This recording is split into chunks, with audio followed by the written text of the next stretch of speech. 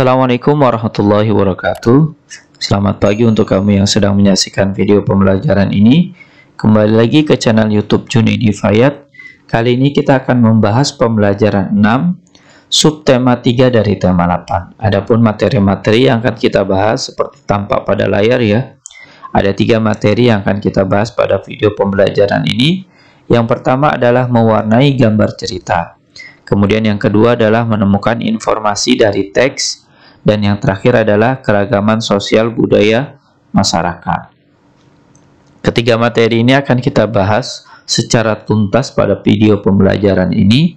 Oleh karenanya untuk kamu yang saat ini sedang menyaksikan video pembelajaran ini, yuk simak baik-baik dan cermati dalam menyaksikan video pembelajaran ini. Materi pertama adalah mewarnai gambar cerita. Materi ini adalah materi yang bersumber pada muatan pelajaran SBDP dengan kompetensi dasar 3.1 dan 4.1. Gambar cerita adalah sebuah gambar atau urutan yang saling berhubungan satu dengan lainnya, membentuk sebuah cerita. Supaya gambar lebih indah dan menarik, maka gambar yang telah kita buat perlu diwarnai. Mewarnai dapat dilakukan dengan teknik basah dan teknik kering. Berikut perbedaan kedua teknik tersebut. Jadi setelah kita membuat gambar, baik itu gambar biasa atau gambar cerita, agar tampilannya yang kita gambar itu indah dan menarik, maka kita perlu yang namanya mewarnai. Dan mewarnai pun ada tekniknya, yaitu teknik basah dan teknik kering. Pertama adalah teknik pewarnaan basah atau teknik basah. Seperti yang kita lihat ya di sebelah kanan, kita melihat gambar dengan teknik basah. Teknik pewarnaan basah adalah teknik mewarnai dengan menggunakan media pengencer. Misalnya adalah cat air atau cat minyak. Nah, inilah perbedaan yang sangat mendasar antara teknik basah dengan teknik kering. Kalau teknik basah menggunakan medianya cat air atau cat minyak. Kemudian yang kedua adalah teknik pewarnaan kering. Nah, di sini juga ada gambarnya nih sebelah kanannya, yaitu dengan menggunakan krayon ya di sebelah kanan pada gambar. Sedangkan pengertian dari teknik pewarnaan kering adalah teknik mewarnai dengan menggunakan krayon, pensil warna, dan spidol. Nah, inilah gunanya atau contoh jika kita menggambar menggunakan teknik pewarnaan kering. Nah, gimana nih? Mudah-mudahan dari materi yang kita saat ini sedang saksikan, kita dapat mengenal yang namanya teknik pewarnaan dalam mewarnai gambar cerita. Jadi kalau kita selama ini menggambarnya menggunakan krayon atau pensil warna, ternyata hal yang sering kita lakukan tersebut adalah merupakan teknik pewarnaan kering. Beda hal dengan pewarnaan basah ya, karena pewarnaan basah ini biasanya dilakukan oleh pelukis. Kalau pelukis itu menggunakan medianya cat minyak. Mudah-mudahan nih dari sini kita sudah tergambar nih perbedaan antara kedua teknik dalam mewarnai gambar cerita. Kemudian kita lanjutkan di materi yang kedua, yaitu menemukan informasi dari teks. Materi ini adalah materi yang bersumberkan pada muatan pelajaran bahasa Indonesia dengan KD 3.8 dan 4.8. Dalam sebuah teks terdapat berbagai informasi. Nah, ini kita sepakat nih, semua teks bacaan yang kita baca ini mengandung informasi di dalamnya. Biasanya setelah teks diberikan, terdapat beberapa pertanyaan yang harus kita jawab. Gunanya atau agar lebih memahami isi teks tersebut. Jawaban pertanyaan tersebut ada dalam teks. Jadi ketika selesai membaca teks, membaca bacaan, biasanya kita akan menemukan soal-soal pertanyaan yang gunanya untuk memahami yang ada pada bacaan tersebut. Dan jawaban yang ada pada pertanyaan tersebut, yang ada pada di bawah teks yang ada, itu biasanya jawabannya berasal dan ada jawabannya di dalam teks tersebut. Dan untuk memudahkan menjawab pertanyaan, kita dapat menggarisbawahi kalimat-kalimat penting dalam teks.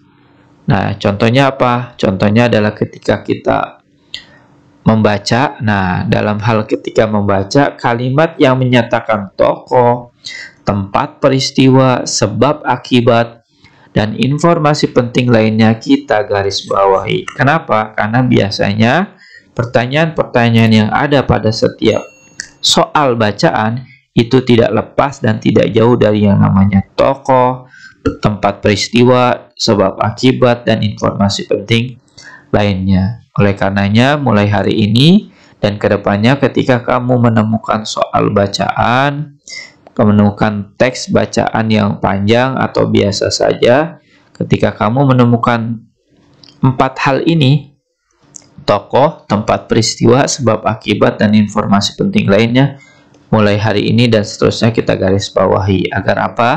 Agar ketika kita menjawab pertanyaannya, kita dapat langsung menemukan jawaban dengan jawaban yang tepat dan sempurna.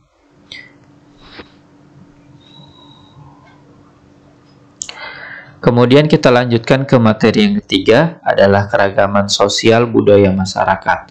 Materi ini adalah materi yang bersumber pada muatan pelajaran PKN dengan kompetensi dasar 3.3 dan 4.3. Indonesia adalah negara kesatuan yang penuh dengan keragaman. Keragaman tersebut terdiri dari ragam budaya, bahasa, suku, agama, dan masih banyak lainnya. Nah, inilah kelebihan bangsa Indonesia karena berpulau-pulau dari Sabang sampai Merauke. Ini yang membedakan manusia dengan negara yang lain. Kalau negara lain bisa jadi hanya satu sukunya.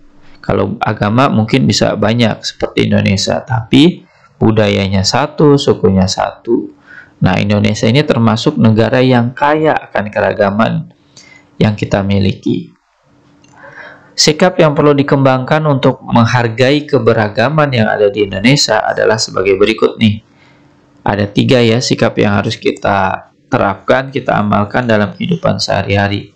Yang pertama adalah sikap toleransi. Nah, sikap toleransi adalah sikap menahan diri, bersikap sabar, membiarkan orang lain berpendapat lain, dan berhati lapang terhadap orang-orang yang memiliki pendapat yang berbeda.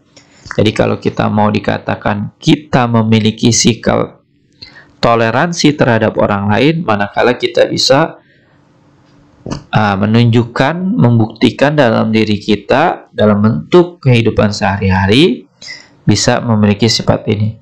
Menahan sendiri, bersikap sabar, dan membiarkan orang lain berpendapat lain. Nah, itu hal-hal yang lumrah biasa saja ketika kita menemukan orang lain berpendapat yang berbeda dengan diri kita. Yang kedua adalah mempelajari dan menikmati kebudayaan daerah lain. Nah, ini juga bagian dari dimana kita perlu mengembangkan sikap ini. Dengan cara ini kita dapat memahami kebudayaan yang berbeda. Maksudnya kebudayaan yang selain kita miliki, selain yang kita miliki dari suku kita, kita juga dapat menikmati dan mempelajari kebudayaan daerah tersebut. Yang ketiga, yang terakhir adalah menjadikan keberagaman sebagai kekayaan bukan kekurangan. Jadi keberagaman yang ada di negara kita, yang banyak jumlahnya dari budaya, bahasa, suku, dan agama, ini adalah bagian dari kekayaan yang dimiliki oleh negara kita.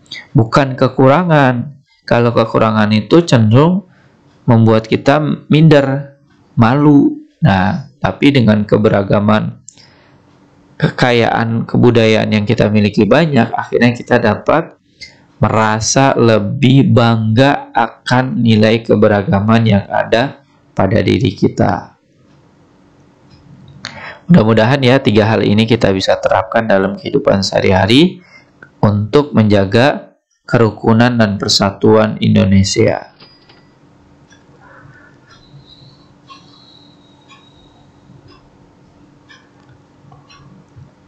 Setelah kita menyaksikan 3 materi pembelajaran pada video pembelajaran 6 kali ini, cobalah untuk kamu yang sekarang sedang menyaksikan video pembelajaran, jawablah soal-soal berikut sebanyak 5 soal ya. di mana soal-soal ini adalah soal yang diambil dari 3 materi yang tadi telah saya uraikan. Jawablah pertanyaan ini dengan jawaban yang benar dan tepat, tanpa harus meminta atau menerima bantuan dari orang lain. Selamat mengerjakan, saya doakan kamu bisa dalam menemukan jawaban-jawaban dari latihan soal berikut. Ulangi menonton video pembelajaran ini agar kamu langsung segera mudah dalam menemukannya. Terima kasih telah menyaksikan video pembelajaran ini. Mudah-mudahan dengan menyaksikan video pembelajaran ini dapat menambah dan memberikan informasi kepada kamu tentang pembelajaran 6 subtema 3 dari tema 8 yang dapat saya berikan. Wassalamualaikum warahmatullahi wabarakatuh.